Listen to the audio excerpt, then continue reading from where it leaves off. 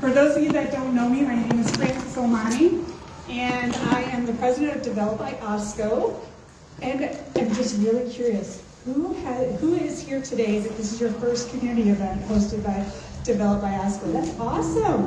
Welcome, welcome. Okay, so first off, you know that we like to stay organized, and we have an agenda on all of the tables that shows you. Just remember, we're starting a little earlier, so there'll be some deviation from the time, but not much. So you can see on your table who the highlighted speakers are and what the topics are today that we're going to be discussing. So our expectations is we're going to start early, not on time. We're starting early, but we'll end on time. Today's meeting will be recorded. Most of the meeting will be recorded on Facebook Live. We'll have respectful dialogue and interactions, of course. And we're about strategic focus, not necessarily operational details, right? And finally, forward thinking for the future, not dissecting the past. Hi everyone, Jennifer Riggs, Executive Director for Develop by Iosco. Welcome to all of our new folks, and many faces out here that I recognize, so that's exciting. I'll come over here so you guys can actually see the screen, huh? So as always, we start with our mission, which is to promote economic development in Iosco County, Michigan. And then our vision, which is by facilitating the efforts. We're conveners, and that's how we work towards economic development in our county and try to work towards growth. These are all of the participants that are here today, everybody that signed up. So we have a ton of organizations, local governments, businesses, super exciting. I struggle to get them all on the slide, so that's always a good problem to have. That is a good thing. And then, as always, we want to thank our platinum sponsors for allowing us to hold these events. They're what allows us to feed everybody, to hold these meetings. They pay for all of this to happen. So thank you to all of our sponsors. And then I have a short video from one of our sponsors, Northwood Area Credit Union. If you came to our first quarterly meeting, you saw a different one. This is the new one today. I'll play for you. And then afterwards, we're going to invite up MEDC. Northland Area Federal Credit Union presents The Fraud Fighters, unmasking the latest scam tactics. Today we're going to discuss AI-powered scams and deepfakes. While technology brings incredible convenience, it also opens up new avenues for sophisticated scams. Criminals use AI tools and deepfakes to deceive and steal. AI-powered fraud is the use of advanced computer programs to mimic human behavior, generate realistic media like images and videos, and craft highly convincing, deceptive communications. The overall goal is to bypass your natural skepticism and emotional defenses, making scams feel incredibly real and urgent, leading you to act without thinking. Let's dive into AI voice cloning and talk about the distress call. Scammers use short audio clips often found on social media, voicemail messages, or public videos to train an AI model to replicate someone's voice. Picture this. You receive an urgent call, seemingly from a loved one, parent, spouse, friend, or even a boss. Their voice sounds identical to the real person you know. They claim to be in dire emergency and need money immediately, often requesting wire transfers, gift cards, or crypto. AI voice cloning preys on your deepest emotions and sense of urgency. The familiar voice created instant trust. Now we're going to dive into deepfake video scams. Seeing isn't always believing. AI can generate highly realistic but entirely fake videos of individuals. This involves manipulating facial expressions, lip movements, and even body language. Imagine this. A fraudster created a deepfake video call appearing to be a person from your financial institution or a technology company, instructing you to share sensitive information or take actions that compromise your account. Humans are visually driven. Seeing familiar faces speaking directly to you is incredibly persuasive, especially combined with a compelling story. So what can you do to protect yourself against AI-powered scams and deepfakes? Slow down and think. Trust your instincts. Take a moment to pause and reflect. Remember, scammers often take advantage of urgency. They want you to panic. You can always request an action. If you doubt the identity of a person on a video call, request them to do a single action, like scratching their ear while waiting. AI models typically struggle with spontaneous and unscripted movements. Contact the trusted person directly. If you are skeptical about the threat being real, hang up the call immediately. Then contact the trusted person or company directly. Report any instances of fraud and scams to the Federal Trade Commission at identitytheft.gov. Always feel free to reach out to your financial institution if you require assistance or have any suspicions of fraud. Unmasking the latest scams to help you fight fraud. Visit northlandcu.com/fraud for more.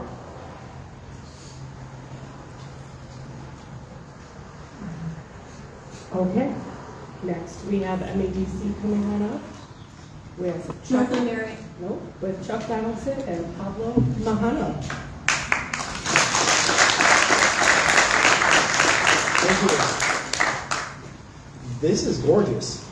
Jennifer, thank you so much for inviting us. Pablo and I had a day. We had this on our calendar, but we wanted to come up and we visited some communities before, but oh my God, this is gorgeous out. So I hope all of you get a great opportunity to take advantage of some of this for Michigan weather. Thank you again for inviting me. So I'm going to go over a little bit of an update on MEDC, or the Economic Development Agency, kind of what we have going on. I don't know if I was expecting to have a pavilion and be distracted by gorgeous water and things like that. So I may get distracted. Please wave your hand if you have a question, or if I just start to space out at the water and stuff.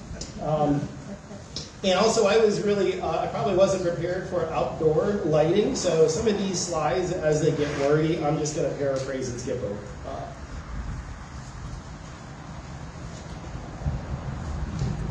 Okay. I always like to start out with a little bit about what's the strategy, what's the goal of economic development, and at the MEDC we have a number of arms, so I always like to kind of help reintroduce people with what our plan is. It really centers around people, projects, and places. So we want to have a good workforce in Michigan to be able to staff our businesses. We need to love where we live. Those are a lot of the place projects, including the one that we're standing in right now. And then the projects, those are often those larger, we'll call them flywheel investments that really help our businesses move forward. And again, there's a whole supply chain that's involved in that. Like as a big business grows, the smaller businesses also grow. So that's really kind of summarizing a lot of what is really the intent of our dollars, your tax dollars, in use at the state level. One of the things I also like to maybe make people aware of is that the MEDC has a number of different arms to it, so it's not just all about economic development. There's some exciting things going on. We house the State Historic Preservation Office, so lighthouse grants. Those that may be interested, I think that they just released some dollars for those. We also have the Arts Council. But we've done things like put internships in helping businesses get that next generation of workers. But then there's also the projects that you're used to seeing where a company is expanding, we're doing a downtown redevelopment, or we're doing a public space like this. But this is really just, we'll call it a victory lap, and please let me know if I'm in the way, of stuff that we've done over the last year. But I think it's really good to show that there's a lot of arms to MEDC that folks may not be aware of. So again, one of the big topics as of late has been the FY27 state budget. So over here we have what's represented as the governor's recommendation, really in regards to economic development. So you can see that there are continued investments in things like Pure Michigan, also in our business development, and also placemaking projects are high priorities. One of the biggest shifts over the last few years has been the investment in focus in things like small business. Like pre-COVID, I remember we had like one person working with our small business resources. Now we've got a staff of about 10 or so folks. It shows that we're able to pivot as the market shifts and changes. I think there's a new recognition about the importance of small business as the backbone a lot of our Michigan communities, and especially as you get right north of the Knuckles. Those small businesses are the major employers. It's not the Ford, the GMs, and things like that. So there's some cool things happening in regards to small business. We've got additional funding specifically dedicated to those areas, so definitely something to highlight. Yes? What qualifies as a small business? Good question. So we have been using, I believe, the Small Business Administration, which I believe is 500 and under. but I will get back to you because I know we have an official designation, but that's going off my memory, which I hate to do, but that's what I remember. And this is being recorded on Facebook. Lose it? There we go.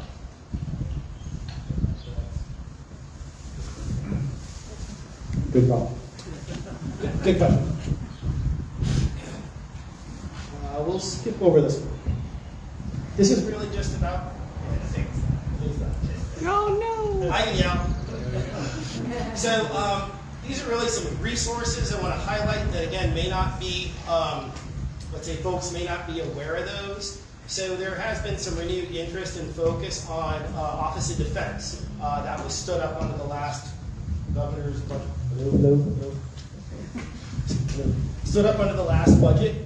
So there are some exciting investments going on. Going on.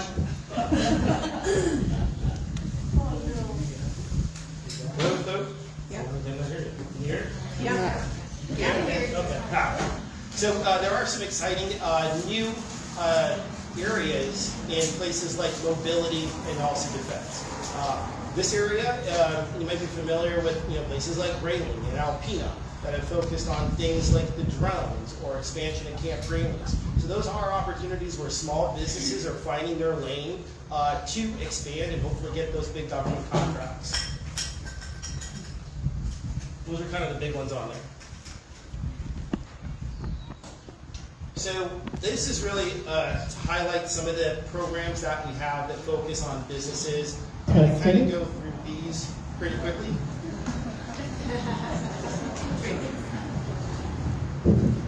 So I'm going to go, this is really just a snapshot of some of the programs, but definitely something we want to highlight. On the next few slides, I'm going to go over some resources. Those might be the things that you want to take photos of or note down. So, of course, as our programs change, well, I should say, as funding changes that we receive, our programs also change. And so the website is really the best place to go to get up-to-date information about what programs are available and how to access them. So I always recommend folks start here, but if you have questions, then always feel free to pick up the phone. But michiganbusiness.org is a great place to get started. One of the other resources I want to mention is we've got a website that talks about small businesses. And so again, I feel like that's probably one of the areas that I think would be most useful to you is assisting with small business starts, helping those small businesses as they're growing, because there's a lot of needs that they may have that they may not have anticipated when they started. And again, as we just discussed, they're really the backbone of a lot of the economy up in northern Michigan. I always like to also refer to economic development as a team sport. So these are really some of the groups that we work with. Folks like the Small Business Development Center. Folks like Jennifer at Develop by Iosco. That's our economic development organizations that are listed up there. We also work with a lot of our other sister state agencies like Eagle, MDARD, those kinds of folks. They're all really part of an ecosystem that helps businesses grow, expand, and even get attracted to Michigan. So I've mentioned a couple of times the Small Business Development Center. You're definitely going to want to make, that's who I refer folks when they call me and say, hey, I want to start a small business. Whether it's a taco shop, a yoga studio, or a kayak business, this is usually the great place to start. They've got some good information on their website as far as a draft business plan. That's usually the first place that these folks need to start. The last thing you want them to do is just go out and start buying stuff. So really what you want to do is to do that homework first, working with folks like the SBDC. This is all free of service, but they do provide, and they also sign like non-disclosure agreements so they don't go and tell everybody about your business. But a really great resource that's free to access and highly recommend all small businesses get in touch with them. Because they can not only help you if you started a small business and let's say you're 5 years in, you may need somebody to just look at your books, provide that third-party verification, validation that you're not missing anything. You're doing your taxes right, or you're not missing out on other opportunities like grants and things like that. They're a really good place to access just to make sure that you're on the right track. Almost like a business health is the way I look at it. So one of the other programs that we've stood up over the last couple of years is, again, focusing on these small businesses, has been these small business support hubs. There's a lot of language on here about coming out of COVID and things like that. But again, there has been a new and renewed focus on that with additional funding coming from the legislature. The two small business support hubs that we had, and we define the state by regions, and this is in Region 3.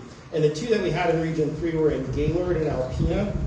That program has ended, and we're actually in the process right now of evaluating applications to see where the next small business support hub is going to be. So I don't know that information.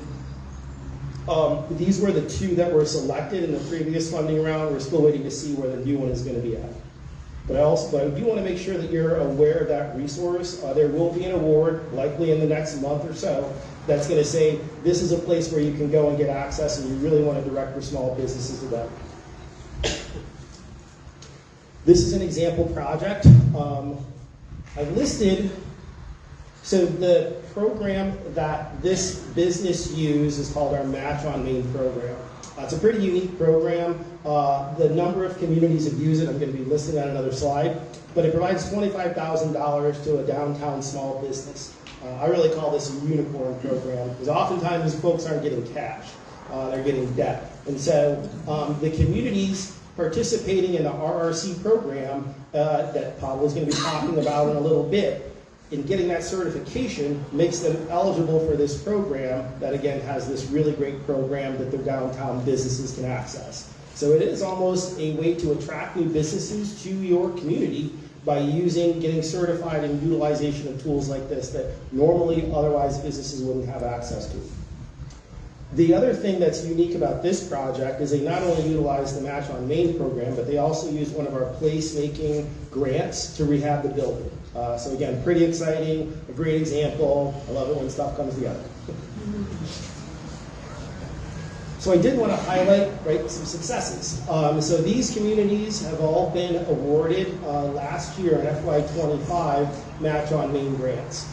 Pablo and I just ate at one of them. So it's a really great program that helps stand up, highlight your small downtown businesses. And again, we're in a world where cash is king, this program really is a unicorn program because it really provides that injection of capital to a small business that they would not otherwise normally get. Okay, dirty word coming up, data center. So at one of the previous presentations I did, there was a lot of emphasis on data center, so I just wanted to provide some information today. I am not the expert, but again, I got a website I want to share with you. So some of the key resources that the state has collected on data centers can be found on our website, michiganbusiness.org, and you should be able to get to data center resources. This may not be as relevant to you, but there are some tax programs available to data centers if they want to utilize them. I think maybe some of the key takeaways to help you with what is the threat of it coming. If you look at the numbers to required to receive this tax benefit, an investment of $250 million and creation of 30 jobs, those are really high benchmarks. So to access this program, a company would have to have a really big project, and I just don't know if that's really a reality based upon kind of where we're at, the market and things like that. But I did want to provide some resources. I got a couple of more coming up. So on our website, you can also find a data center map. And I always find it interesting, so some folks had data centers in their communities for over 20 years and they didn't even know it. So I think that there's a reality to what these data centers are. Oftentimes it was that old AT&T building that had no windows. That's kind of what they were, and they were about the size of a, call it a tackle shop. They weren't that big. So there are resources on our website to help identify the ones that are here. Not a secret, they've been around for a while. It does not list new and upcoming ones. But again, if you had curiosities about where are these in the state, and I found it really compelling. Right, there's only one north of the Knuckles at Alpena. Only one. So again, I feel like a lot of communities had a lot of fear, threats, concerns about data centers coming. There is a truth and reality to where those things go. Some additional resources also on data centers on our website. There's some studies, some things like that. As the state gets these additional resources, we are trying to populate this. Again, we're not the clearinghouse, we're not the experts, but we are getting a lot of questions, and we want to be able to help the public answer them. So a lot of this is how can we provide you with information that you can use in your own community, and that's what this website is for. This is a list of some of our community development programs. I'm just going to go over a few to highlight, and then Pablo's going to talk about some also.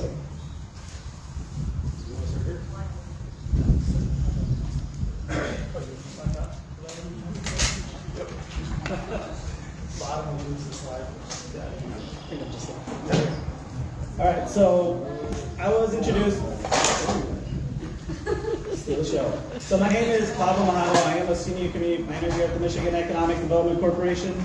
So I have been here for 9 years. So the territories that I do cover, so I like to say knuckles up in the entire Upper Peninsula. So usually when I'm out on the field, like today, Chuck told me to come to this event. I said, well, if I'm coming to this event, you're tagging along with me visiting with communities, because that's what I like to do when I'm out. So I'm usually on 2 or 3 days out on the road visiting with plenty of communities.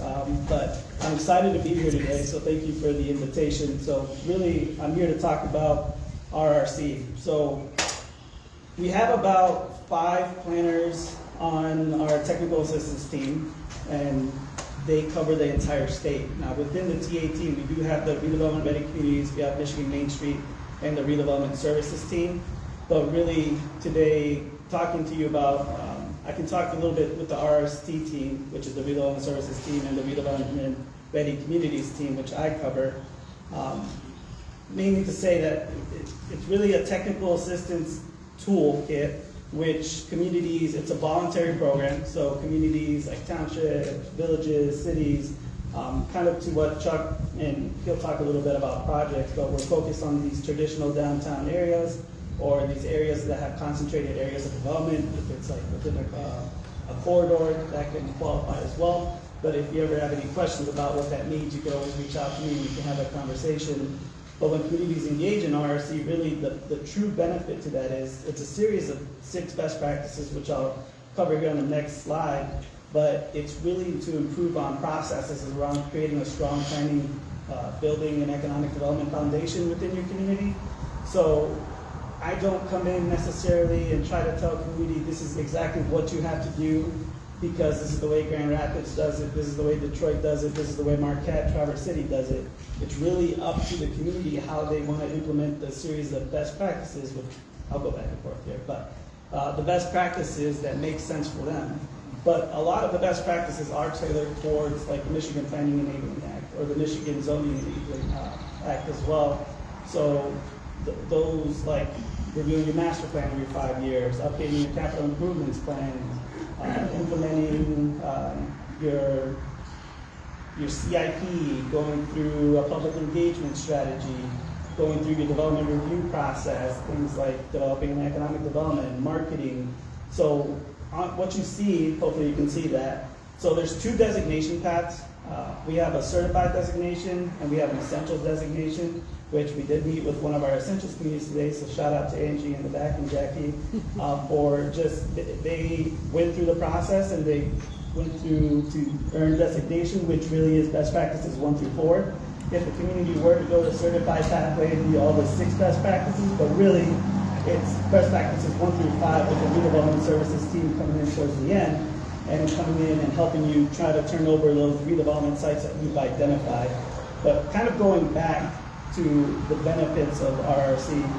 Now, in the past, back in the day, you would have to be required to engage in RRC in order to access any CD incentives. So before you would talk to a Chuck or Lindsay who covers this territory, you'd have to engage, but that's no longer the case, because we believe where there's a good project, we will come in and we will support that regardless. But if you do engage in RRC, it is a good way to get your, let's say, ducks in a row, all your planning documents in a row. We come in, we do kind of a third-party assessment. We see, hey, if I go onto your website, how many clicks does it take me to get to your master plan? Do you have your master plan online? When is the last time you've developed it? Because I can tell you, the last time I've seen some plans and they were like 1989, 1999. And communities aren't going through the process, doing the public engagement, because really, we want to support a community-driven project. That's important for us. We don't want it to make it seem like we're coming in, we're telling you have to develop this project. It has to be community-led, and it shows while you're investing in yourself, we can go back to leadership back in MEDC and Lansing and just say, hey, check out this community, all the great things that they're doing. We should totally support a project here because they went out, they did the master plan process, they engaged with their communities, they received 2,000 surveys for their amazing master plan, and it just shows the communities invested in themselves. So there's that part to it. It's continued ongoing technical assistance. So like I said, we have a team of 5. So if you ever have like a question of what another community is doing, or you're having challenges within your community, the best thing, we're a bunch of planning nerds within our team. So I can put someone on Teams and say, hey, I'm having a zoning ordinance issue here. This is how I interpret it. How do you interpret it? And we're all getting together within a team and just trying to figure it out so I can get back to you. And we bring a wide array of perspectives, which is awesome. We do have technical assistance match funding as well. Well, the RC team would go 75% and the community matches 25%. So let's say you wanted to update your master plan, your zoning ordinance, maybe you're going to a strategic plan that kind of incorporates the best practices. We'll go in and support that as well. And then ultimately, it's that access to the redevelopment services team.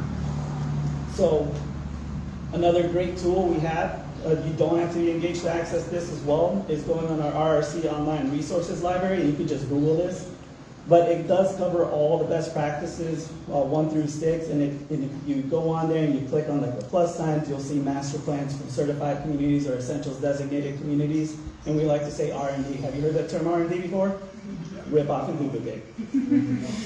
But when you do that, make sure you're changing the names of your communities, because you don't want to be in a city and say you're a village, because that's happened a couple of times as well. But it's, I think, truly a good resource, and it provides and highlights the training opportunities. Yeah, I think this is just great. And then again, here we talk about the redevelopment services team coming in and really what they aim to do. So once you finish those best practices and 1 through 5, you've essentially gone through your master plan process, you have a strategy, you know what you want your priority redevelopment areas to be, you have an economic development strategy, and you're just tying everything together and putting it in a pretty bow onto a site that you've identified with your community. So then, like Dan Leonard, who covers this area, would come in and say, hey, community, let's talk about your sites, your priority redevelopment sites. And you'll say, identify at least 10, and he'll come in, he'll try to assist you. There's redevelopment services dollars that comes with that, so he can support that through renderings or facilitate a developer day to come in and try to attract different developers to your area. Sometimes that's what it takes to bring an outside perspective to come in, so someone locally can be like, nah, I don't want an outsider come in, so I'll come in and do that project. So I think just a great tool, and I'm happy to talk to anyone if you're interested in seeing if RRC is the right fit for you. I would encourage you really to go on to myplace.org. Under training and events, there's an e-learning platform that you can do, and that's really the first step that anyone should take if they're interested in engaging in RRC, because it is a lot of work. Angie's done it. She can talk a little bit about it, but it is a lot of work, and there is maintenance to it. It's not just you're designated and you're done. It's not just the check the box too, so it's about going through the best practices, like I said, and then implementing those tools and continuing that public engagement, continue to update your documents, ensuring that your plans aren't sitting on a shelf and they're action-oriented in nature. And then, so here are some other good resources for use in the Michigan Main Street Solution Center. So our Main Street team, well, the RC focus holistically for the community as a whole. The Main Street really focuses on your downtowns. So this is great resources for you. And then another resource here for you is the Developer Toolkit, which actually at the time, I think Chuck, you and I had kind of worked on this, and then I continue to maintain the resources. But it's good because we are trying to encourage more businesses who probably haven't thought about, I could be a developer too, or I can activate my upper floor, but I don't know how to do that. I put it into a perspective from like my mother, who she's back in Washington D.C., but I think she would be too afraid to kind of speak up or go in and try to learn about the tools and resources available where she could potentially activate a second port for her deli grocery. But we're trying to, housing is an issue. So how can we encourage more developers to come in and access our tools? This is one of them. So this kind of guides you through like the TA of resources available for you, mentorship availability, talks about your pre-development, development, and post-development, all great resources that you should be able to share. Ben, I think this is you. Thanks, Pablo. Pablo brought up a couple of things I want to make sure I'm not missing. Is he did mention, it was my fault for not mentioning, Lindsay Clark and Jesse Mitchell are really kind of your first point of contacts and boots on the ground if you ever have questions regarding any of our business development programs or also any of our community development programs. But of course, Pablo and I are always available. The other thing, anecdotally, one of the stories that I really like about RRC is I was talking to a downtown city manager, and they're like, Chuck, I have a problem. I don't have any residences in my downtown. And I was like, well, did you take a look at your zoning? It doesn't allow for second floor apartments in your CBD. And the city manager wasn't even aware of that constraint. And so, like, little stuff like that would actually take a look at your zoning ordinance. You can kind of unlock some low-hanging fruits, do some amendments to really help you, encourage development, the type that you want in your downtown. So, I'm not going to go into a whole lot of details, and as I mentioned before, we're in we'll call it a transitional year with our funding. So what we've listed on our website is the current funding we have, but the legislators are actually in budget discussions right now to see which funding that we're going to have come October 1, our new fiscal year. Yes, ma'am? 5 minutes left. Perfect. As I mentioned earlier, we also have, again, many arms of the MEDC. So one of the last ones I wanted to mention was the Michigan Arts Council. Again, I think this is a great tool that can be utilized in areas like yours where people come to vacation. Having arts during the summer when you have all your visitors here, right, is really just a lot of that pure Michigan experience. So, take advantage of these tools that are available to you. And again, a lot of information on our website. But again, if you ever have any questions, please reach out. And that is it. You did great.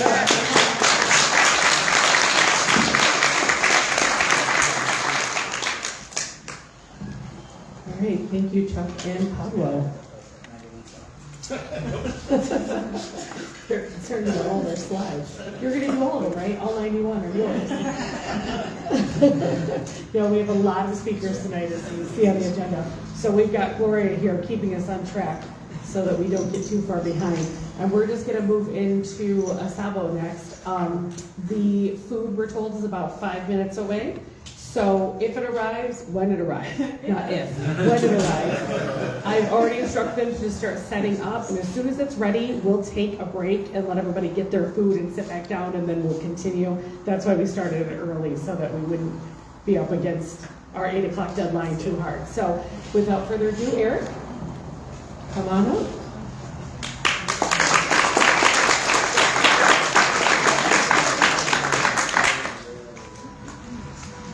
I appreciate everybody coming. It's really impressive to have so many people come to our little humble township, and I appreciate you adapting to everything we got going on. It's amazing to look out and think I work here every day. It's just amazing. But I wanted to talk a little bit about AuSable Township. I wanted to start with some of our parks. We've got McQuaig Park, Children's Park, which is right kind of kitty corner from our township here. Uh-oh. Now I've done it. Oh, there we go. We have obviously Finish Line Park, which is up by the where the canoe race finishes, and then we have actually the Shoreline Park and the trail down here right to the beach. Discussing some of the projects that I've got going on, or we have going on. Obviously, bike path, Fred's over there, had a large part to do with it. Obviously, So did you guys. Thank you very much for the support. It took a team effort to get the bike path going and get it finished. And continuing. and continuing on. And continuing on. Our sewer project that we ran along US 23, we just finished that up 2 years ago and paid off with the amount of rains and flooding that we just had. So that was a good project to have. Obviously, we've got water projects that we've been working on, PFAS related water projects, water main projects. Water meters was a big part of that.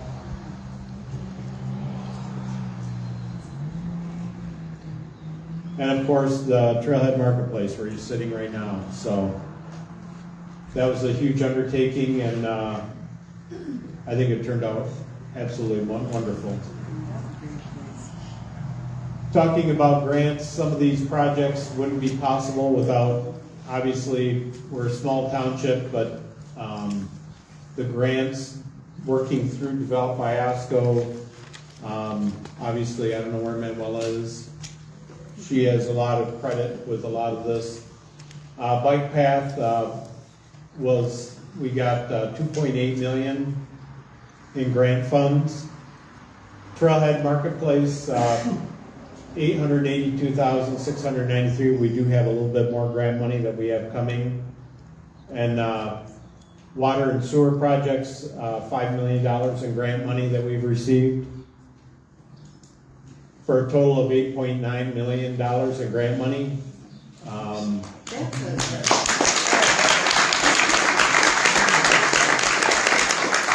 Obviously, a township our size, this stuff wouldn't be possible without the grant money and working on grants, just like the MEDC, obviously. Community Center grant built a large portion of what you're sitting under right now with this Trailhead Marketplace. So.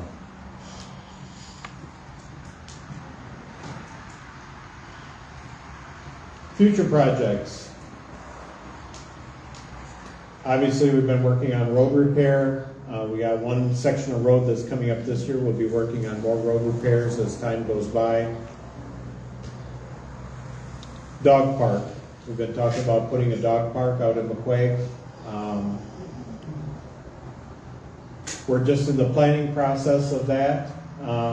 But it's something that we want to make happen. A lot of people bring their dogs out there to McQuaig, and we're talking about having a fenced-in dog park out there.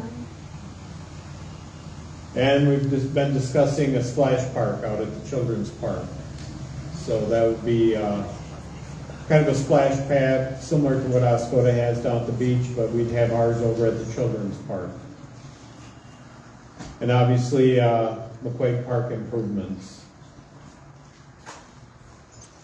I know it seems amazing, but I'm kind of the economic development person in our township as well, so I kind of have multiple hats, but we've had multiple businesses that have moved into AuSable Township.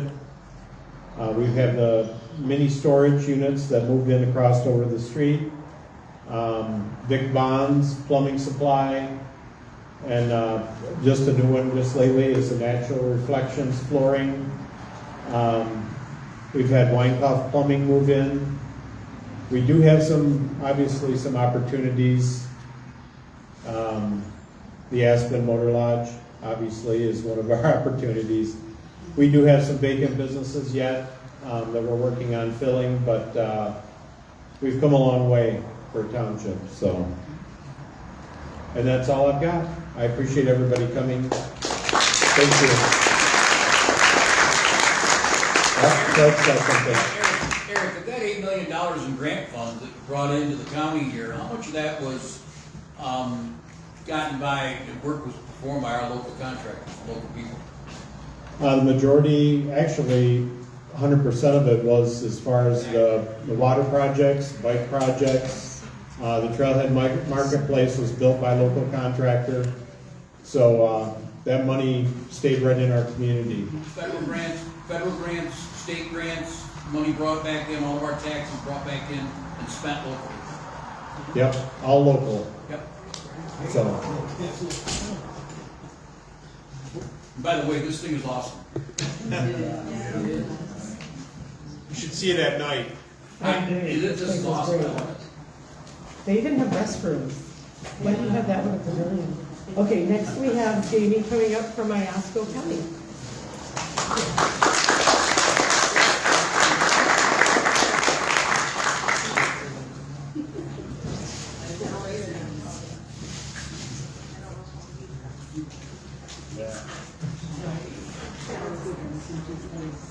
Hello, thank you for having me. Jamie Soboleski, I'm the Iosco County Controller. I've given you an update at least the last 2 quarterly meetings. So I thought today, instead of talking about the departments that I always talk about, that I would try to talk about some different things this time. Except recycling. I do want to talk a little bit about recycling. So I did want to let you know that we had our first special event this past weekend at Oscoda area schools for electronic waste and paper shredding. I will tell you that we had 157 participants. I don't have the numbers on the electronics collected yet, but I do know that we had 2,400 pounds of paper that we shredded. Some upcoming events. October 10th, we have the electronics waste collection event again, but that will be at Eagle Point Plaza, open to all residents and property owners in Iosco County. We have our hazardous household waste event that is scheduled for September 12th. That'll be at the Iosco County Airport. This year, new with that will be scrap tire collection. Something to keep in mind with the hazardous household waste, due to the type of materials, an appointment is needed to bring materials to that event only. The electronic waste, you don't need an appointment, but hazardous household waste you do. You can make that online at our website or by calling our recycling coordinator. If you still haven't gotten your boat out, it's not too late to recycle your boat shrink wrap. We have a program that's going on right now through the end of June. You can purchase, you have a little bag that it has to go in. Those can be purchased at the county building, at Rogers and Oscoda or Hale, or at Tawas Hardware. And so those boat shrink wrap bags are actually shipped to Trex Decking and make Trex Decking. So that's something to keep in mind. We are, in the spirit of planning, we are working on our materials management plan. That's a new requirement. In the past, it was called a solid waste management plan. The legislation at the state level changed in the end of 2022, and so now it's materials management with more of a focus on recycling and recovery efforts. So we are working on that regionally with Elkona, Alpena, Mount Morenci, and Oscoda, with the idea of collaborating together to get the new recycling facility, the new MRF it's called, where they actually process the materials. They're working on funding for that in Alpena. Our current program right now, our recyclables are shipped to Northeast Michigan Materials Management Authority in Alpena, and so we have already started that relationship with them. But by having that collaboration, we know exactly where our materials are going. We have an annual report of who our end markets are. You can look on our website and see all the local businesses and state businesses that are taking our materials. So it's very interesting that we have that transparency in our program that you may not get with some of the larger companies that do recycling. An office that I've never talked about before, but it is important, so I wanted to highlight a new office. And so this time I'm highlighting the Veterans Affairs Office. And so I asked Ron Whitney, our Veterans Affairs Director, what is something that you want people to know about your program? And he said a lot of people don't know that if you have any veterans or you know any veterans that need assistance with transportation to and from medical appointments, and they will go anywhere in the state at no cost. So we have a lot of older veterans in our community because of the Air Force base. So keep that in mind. If they need help with transportation, it's no cost, and that's through our Veterans Affairs Office. They also have a food pantry that's open to veterans. It's open during any business hours, no questions asked. So keep that in mind too if you know any veterans. Another program that they have, if you know any veterans that are just having a hard time, need some financial assistance, they can also apply for some veterans relief funds through our program, where they may be able to get assistance with utilities, rent payments. I've seen things such as their car breaks down, they can't get to work. So keep that in mind, that we have those programs if you hear of anyone out there. It's that time of the year, and I just wanted to discuss some villages that we have on the ballot on August 4th. Wanted to point out that the ones, we have 3 that are strictly at the county that are renewals. Our EMS is up for a renewal at 1.59 mils. That brings in about almost $2.5 million. Something interesting about that though, that's only 42% of our EMS funds revenue. We have a lot of revenue that comes in for our charges for services. So when an ambulance is used, the insurance companies and things. But obviously we can't collect on every service. So about 42% of our revenue for our EMS funds comes from the millage. It's very important to keep the services where we are. I know you've heard it before, but a few years ago we took EMS over internally. We had a management contract previously where a company out of Saginaw was running our EMS.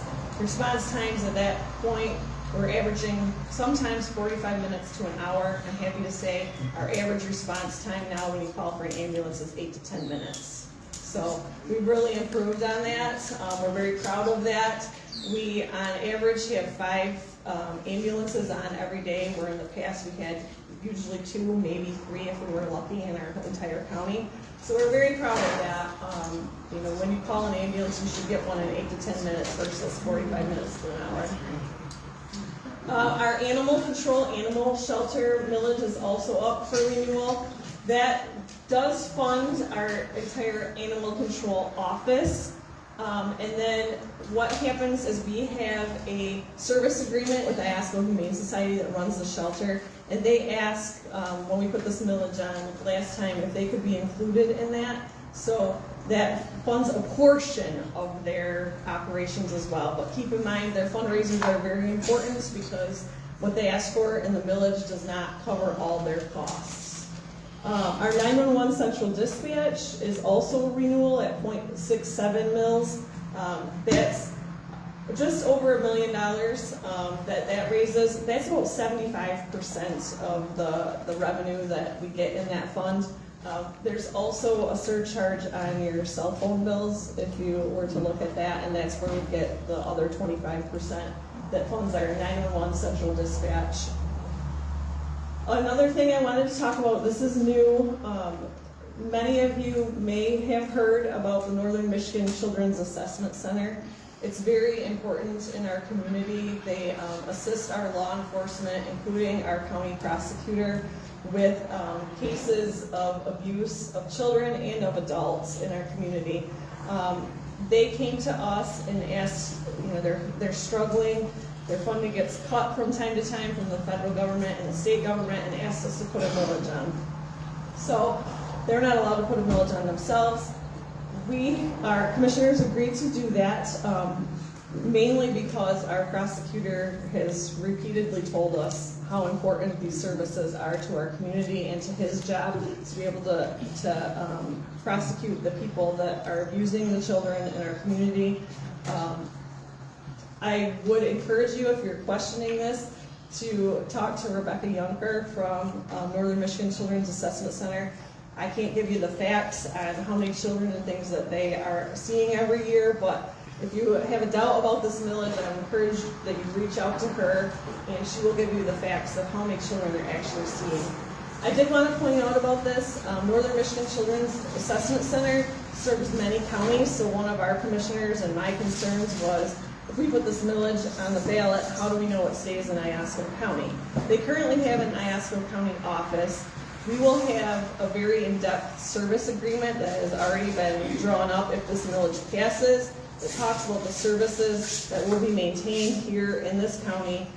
The level of service must be maintained so we can be reassured. They'll have to also show us that their expenses for services in Iosco County were at least the 78,000. They're not gonna have any trouble meeting that. Their costs are well above that for the services that they provide in Iosco County.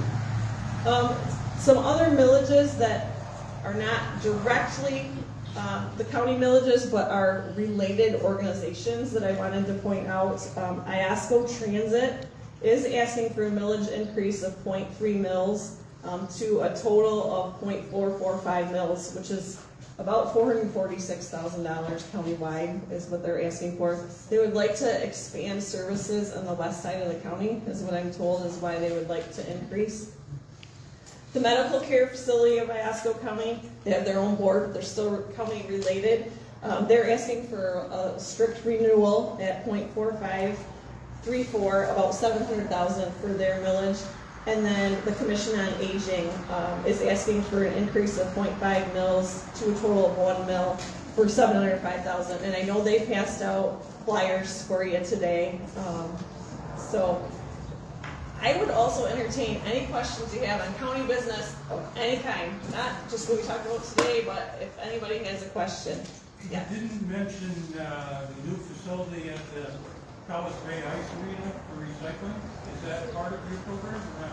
Yes, that's good question. Yes, so our current recycling drop sites are at Tawas, the ice rink. We have one at Oswego area schools in the athletics complex area in their parking lot, and then we have one at Whittemore Chamber. So those are part of the countywide program. And the plan that I talked about previously, the materials management plan, it has certain benchmarks that communities need to make. And those were benchmarks that we need to make. So yes, it's a mandate for the county now, but we're very proud of the program that, so yes, we're forced to do it, but we're very proud of what we have accomplished. I will tell you, last month alone, Iosco County recycled 27 tons of material from our bins. We're at a point now where the Tawas site, last week we had to pick up the cardboard bin 3 times and the plastic bin once at Tawas alone. Bear with us, we're new at this. Each haul, when we haul a bin, costs us more money. So we want bins to be full or near full when we pull them, but that also makes it kind of tricky, balancing. We want people to be able to recycle and have enough room when they bring their recycling, but we don't want to pull it too fast. So if you get there and it's full, we probably do already know because we're checking them every day, but in the next day or so it should be empty.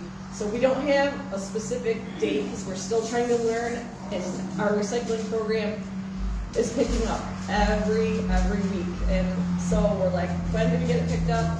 So just bear with us. We're trying to pivot as we need to, increase where we need to, but keep in mind costs. So that was a long answer to that question. I have a question. Yeah, allergies. Yeah. I have a lot of partially filled paint cans. Where does that fit in recycling? Another good question. So if it's water-based paint, that's not considered hazardous. So what you should do if it's that type of paint is fill it with cat litter and put it, unfortunately, in your regular garbage. If it's an oil-based paint, then you should bring it to our hazardous household waste event and we can properly recycle it or dispose of it. Right now, water-based paint, we don't have it's not part of our program and it's not considered toxic to go into a landfill. So thank you for that question. Don't have to do anything to it, just put it in the cans? In the cans, they would like you to dry it up. So they say cat litter, sand, that's what the different garbage providers, waste management, GFL, that's what they ask to get to do. Thank you. Yeah. Can you mention where the Michigan Children's Assessment Center is located? I don't think everybody knows where they're at. Yeah, so in Iosco County, it's by the hospital campus. I can't give you the exact address because I don't have it. Well, just Yeah. Establish City. Yes. So that's where it is. That's the best I could do on that. Anything else? Thank you.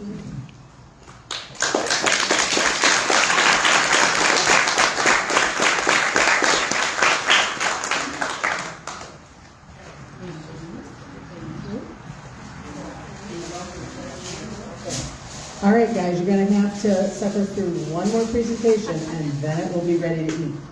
So that means I will make sure I don't talk too long because you'll be ready to eat. So I'm Gloria Brooks, board member of Develop Iosco and part of the Sunrise Side Child Care Coalition. I've got some updates for you today. There we go. No?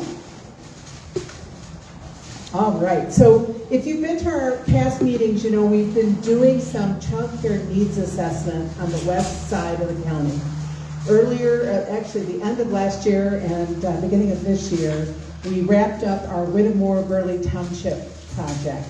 And I'm really excited to say we have a child care business owner who is looking to purchase a building that if you drive on M65, between Whittemore and Hale, you've driven by it a million times. I was hoping to have a final update tonight, but she's still working with her bank. So soon we should be able to announce the location and that she's planning a child care center for 35 kids there in Whittemore. That will be a center-based, not a home-based program. There are no licensed child care providers on the west side of the county. There are no child care centers on the west side of the county. So there's a really big need. So we're excited about what's happening with Whittemore. And then our Plainfield Township work group was launched earlier this year. We have finished if you live in Plainfield Township, like some of us do, we did a lot of promotion of this survey and it ended at the end of May. We have our final report that we have shared and the findings. They are similar to what we learned in Whittemore. And we have a meeting next Tuesday and we'll be going through some options that we hope we can address what's happening in Plainfield Township as well. Bottom line, we know we need to increase access and that's what the coalition is working on. So part of what the needs assessment told us was, as I just mentioned, not only are there a few licensed providers, so really if you're on the west side of the county and you want a licensed provider, you're driving over here to the east side, not a surprise to us. It's a high cost for families. There's a gap. We had a number of people who participated in both of the surveys say they have declined jobs, they've declined different shifts or promotions, or leave the workforce altogether because they cannot find reliable child care. And the biggest challenge, and this is important for us because of what drives our economy here in the county, we need before school, after school, and non-traditional hours. If I work on the weekends, there are no licensed providers who are open. If I'm working second shift, there's no providers. So we really want to continue to address that. There's definitely a supply gap, and part of that we know is because folks who get into childcare, running childcare, they're not getting into it for the money.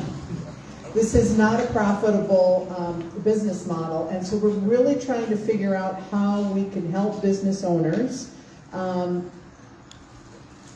provide the services where they would want to get into the business and yet solve the problem for families where it's already costing them too much.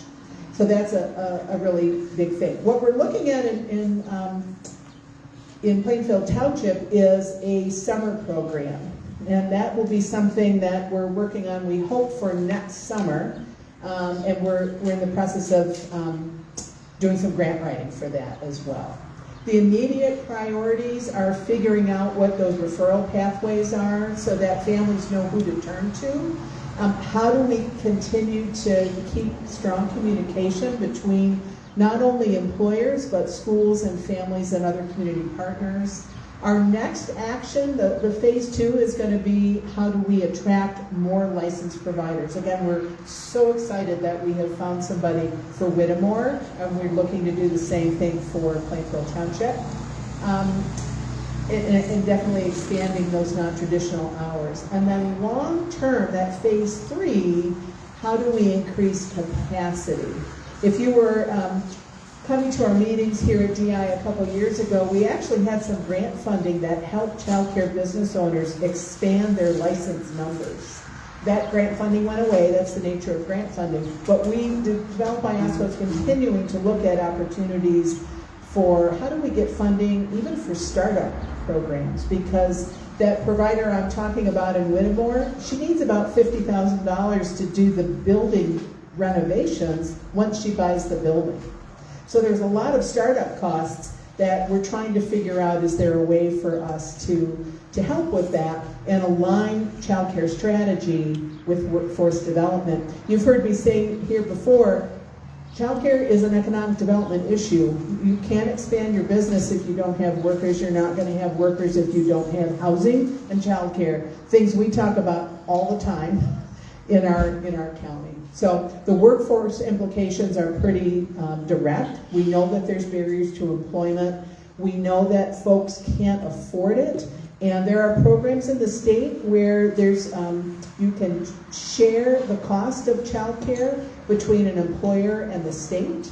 And so we're promoting those programs quite a bit because we know that's going to positively impact economic development.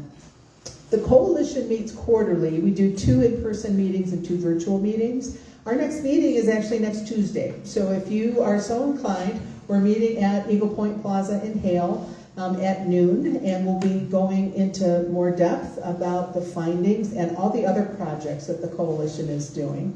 We're also doing a site visit to a potential summer program location. So again, go to the website here. You can get regular updates about the Sunrise Side Child Care Coalition, and we would love to have your involvement. All right, I'm going to pause. Are we at dinner? We are. So I'm going to have Jennifer give you directions on dinner. All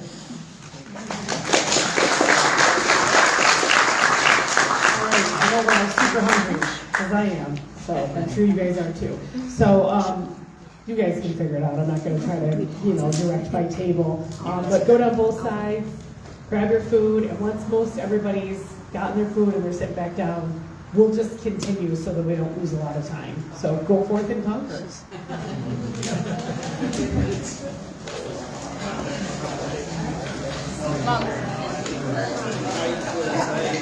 I just don't know if we can finish or if there's. Mom, should we end the stream? Out. We made it happen, even with the food the way it was. All right. So once again, Jennifer Riggs, Executive Director for Develop Iosco. I wanted to do something a little bit different this time because I feel like the last couple times I've done this, it's been all about me standing up here talking, and I wanted to make sure that our entire board is recognized. It's really a whole group of individuals who have amazing talents that I lean on heavily to help me get through the day. So they're all volunteers, starting with Fran, you met earlier, and Jamie, and then we have Chris Young and Scott Peters. Nancy House, she's local up here in Oscoda. Pam Laughlin, Gloria Brooks, you met her, and Stephanie Dillon. And then Sarah Coffin and Sean Ahern, they're both here. And then Alex, I saw somewhere, is here. He's one of our county commissioners, and he's on our board as a non-voting member, as well as we have our first youth board member, Peyton Hendrickson. So that was super exciting this year to get a youth board member for the first time. So those are all the folks that help keep me going, keep me in order, make sure I'm doing what I'm supposed to be doing. Okay, and then a little bit about what we've been up to. Last month in April, a lot of work went into the first ever Northeast Michigan Housing Summit. DI was just a small portion of that. We helped put it together, helped plan it out. It went really, really well. It was in Grayling. We had 90 plus stakeholders there from around the county, or around the community rather, and we had quite a few folks from Iosco County. Maybe one of the most represented counties of the Northeast region was our Iosco County region, or Iosco County rather. So really, really well. I was one of the presenters. I presented with Doug Baum from NEMCOG about land banking, which is my past life for 16 years. I worked at the Genesee County Land Bank, so we talked about that. So we're going to be working on doing this next year as well. I hope you guys can come out next year when we do it again. We had a lot of great folks there coming from across the state telling us about brownfield TIF, housing TIF, mixture resources, and then we had some developers come and talk about some successes they've had, small scale stuff that would work in our community to help build housing here, bring new units online for the workforce here that is desperately in need of housing. So that went really, really well. And we had really great success on the survey. Everybody loved it. There's a couple pictures of us, just some of the representation. And then we've had our first housing meetup here in our county. If this is something you're interested in, working on housing, please reach out to me. We're going to be doing another one July 15th. The first one went really well. It's just lunch. We just get together with a small group of folks, community leaders, developers, or folks that don't think they're a developer, but they are, as they build houses, local township officials, and just different representation from across the community, realtors, and just if you're a property owner and you want to do something with your property, we're looking for anybody who's interested in solving the housing problem. So reach out to me. We're going to be at the Lodge in Tawas on July 15th, and I'd love to have you there. DI is feeding you, as well as Northwood Area Federal Credit Union is going to be feeding you, so come on out. And then, and I should say, we're going to have one of those developers that was at the Housing Summit, John Stimson from Homestretch, is coming from Benzie County over to talk to us and show his example of some small units that he built, 8-unit, 12-unit, small new build that worked in the community where it's a nonprofit developer working with the government there to make things happen and bring some new housing units online. So he'll be there July 15th to talk to us. As you guys know, Manuela has been doing an amazing job with our Office of Rural Prosperity grant. We are almost out of those dollars. We've had 2 grants totaling $100,000 to just go out and build capacity. We've done workshops on grant writing. She's worked one-on-one with many, many folks, like Eric, and that's how we ended up with this trailhead that we're sitting in right now. We've done a ton of work there, but we're still looking for more money to keep that program going. As of right now, it goes through September 30th. So fingers crossed, we keep applying to see if we can keep that going and keep building capacity around our county and region. We have to date brought, as far as we know, because there's probably ones that we've missed, but we try to collect all the data we can, $6.5 million in grants to the region that we worked on, supported, and had a workshop for, something that ended up in not just a grant that was written, but a grant that was awarded, $6.5 million.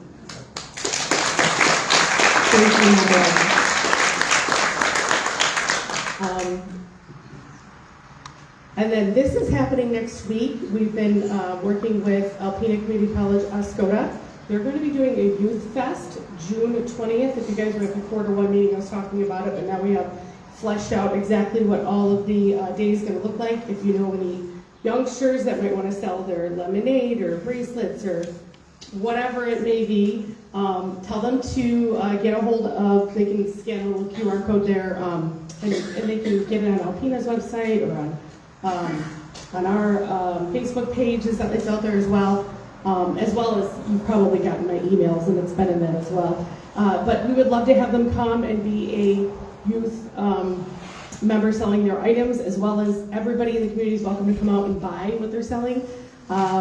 It's the college, so of course there's an educational component. They're going to have mentors there talking to the kids, walking around, roaming, and just helping kids think about how they can be entrepreneurs and build their business beyond that. And he has some breakout sessions for the kids that they can attend as well. So it should be a really great day, June 20th down here at ACC Oscoda. So come on in and buy what the kids are selling. We always take a moment to talk about membership with DI. These are all of our current business members and individual members that we have. It continues to grow, which is super exciting. And then this page is crazy. We have so many nonprofit civic organizations. I love it. That we work with that are members of DI. and then all of our governmental entities. And the newest one is the Village of Lincoln up in Alcona decided to become a DI member. So that was super exciting and near and dear to my heart because that's where my mom's from. So member benefits as always. You're on our website, you're on our annual report. It's now linked on our website. If you have a website, you're linked on our website. Grant writing support, all of our email communication, and so on and so forth. The biggest thing is you're helping economic development in Iosco County, right? You're helping us to continue doing what we're doing so that we can keep facilitating these, holding networking nights and our community meetings and bringing people together so that we can make things happen. And if you want to become a member and you're not already, that's where you can sign up right there on our website. It's super simple. Gotta love Zeffy for making things simple for nonprofits. And you can also do a sponsorship on our website. It's super simple to use as well if you want to sponsor us. And once again, all of our platinum sponsors who make everything happen for the community meetings, they feed us every time. And then I'm going to do that awkward thing where I stare at you and ask you to fill out the survey. Oh, and Cynthia's here. Cynthia, do you mind if I tell them?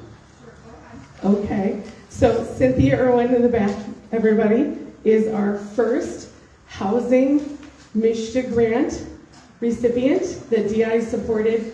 To date, our county has been the only ones to receive MSHDA funds, and they've done an amazing job.